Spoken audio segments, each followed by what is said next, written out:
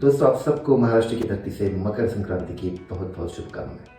आपको बता दो कि मुझे 2 दिन की छुट्टी है और मस्त चिल करने के लिए, एंजॉय करने के लिए, ये मकर संक्रांति अच्छे से मनाने के लिए मैं मेरे होम टाउन आया हूँ और मैं बहुत खुश हूँ। मैंने सोचा कि 2 दिन ऐसे ही बिताऊँ, ऐसे ही जाने दो या फिर कुछ प्रोडक्टिव चीज़ करूँ। इसलिए मैंने सोचा क्यों ना आप सभी को ऐसे कुछ मकर संक्रांति के बारे में चीज़ें बताऊँ जो हर साल हम मनाते तो हैं, लेकिन उसके बारे में हमें अच्छे से पता नहीं है। अब ये जो वीडियो है मैंने वो प्रोफेशनल लैंग्वेज में बिल्कुल नहीं बनाया है दोस्तों।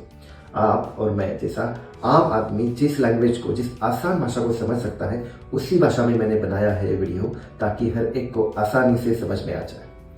अंधकार से लेके प्रकाश की ओर और सर्दियों से लेके गर्मी की ओर जो कहानी है बस इसी मकर संक्रांति से जुड़ी हुई है। तो फिर चलिए स्टार्ट करते हैं। देखो, हिंदू फेस्टिवल्स जितने सारे होते हैं वो ज़्यादा तो चांद से जुड़े हुए होते हैं, लेकिन ये जो मकर संक्रांति है ना, ये सूरज के सोलर सिस्टम से जुड़ा हुआ है।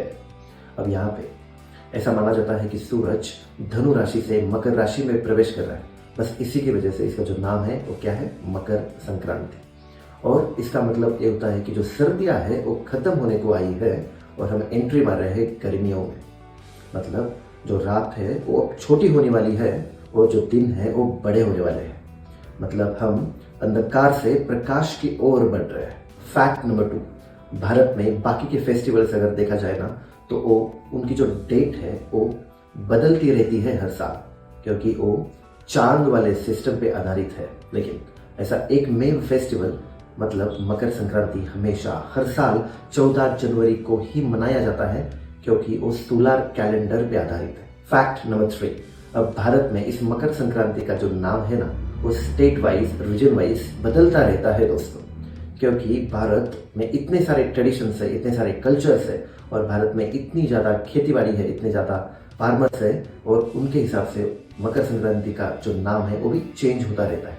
लेकिन दोस्तों, इसका भाव जो है वो एक ही है और वो है सूर्य और एक नई शुरुआत। चलिए, अब ऐसे कई स्टेट्स है जिसको मकर संक्रांति को एग्जैक्टली क्या क्या कहते हैं वो हम देखेंगे। पंजाब, हरियाणा, दिल्ली में इसको लोहड़ी कहते हैं, गुजरात में इसको उत्तरायण कहते हैं, तमिलनाडु में पोंगल कहते हैं, असम में माघ बिहू कहते हैं, बंगाल में पौष पर्व कहते हैं, उत्तर प्रदेश में इसको खिचड़ी कहा जाता है क्योंकि इस दिन गरीबों को खिचड़ी दी जाती है, महाराष्ट्र में इसको मकर संक्रांति कह के पुकारते हैं, कर्नाटक में इसको सुक्की कहते हैं, तो केरल में इसको मकर विलक्कू कहते हैं। फैक्ट नंबर 4, दूध बर्तन में उबालने की परंपरा। अब यहाँ पे कई स्टेट्स में कई लोग मकर संक्रांति के दिन एक बर्तन में दूध लेते हैं, उसको उबालते हैं, इतना उबालते हैं कि दूध बर्तन के बाहर आके गिरता भी है।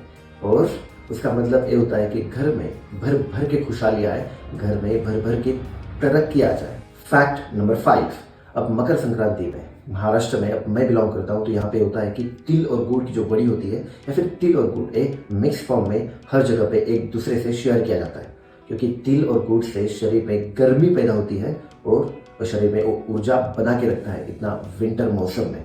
और महाराष्ट्र में ऐसा बोलते भी है कि भाई तिल गुड़ क्या, यानी गुड़ गुड़ बोला। इसका मतलब होता है कि तिल गुड़ ले लो और मीठा मीठा बातें करो। फैक्ट 6, कुंभ मेले की शुरुआत। मकर संक्रांति से ही कुंभ मेले का शुभ समय शुरू होता है। हर 12 साल में प्रयागराज, हरिद्वार, नासिक और उज्जैन में लाखों लोग पवित्र नदियों में स्नान करते हैं।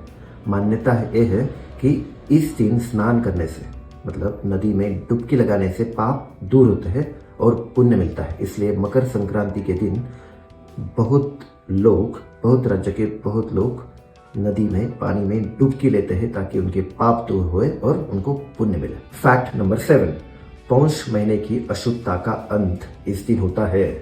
हिंदू पंचांग के अनुसार मकर संक्रांति के दिन पौष महीने की अशुभ अवधि खत्म होती है।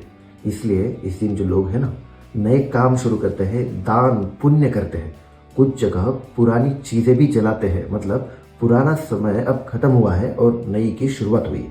फैक्ट नंबर 8, मकर संक्रांति के दिन दान पुण्य का बहुत बड़ा इंपॉर्टेंस है दोस्तों। अब इस दिन गुड़, तिल, अनाज खाना, एक दान करना बहुत ही शुभ माना जाता है। ऐसी मान्यता है कि इस दिन किया गया दान आपको बहुत बड़ा फल देता है। फैक्ट नंबर 9, अब मकर संक्रांति के दिन आमतौर पर लोग हवा में पतंग उड़ाते हैं। अब पतंग उड़ाना मतलब एक जश्न मनाना, एक खुला आसमान की आज़ादी, एक नया मौसम का स्वागत होता है ना, और मिल के जश्न मनाना।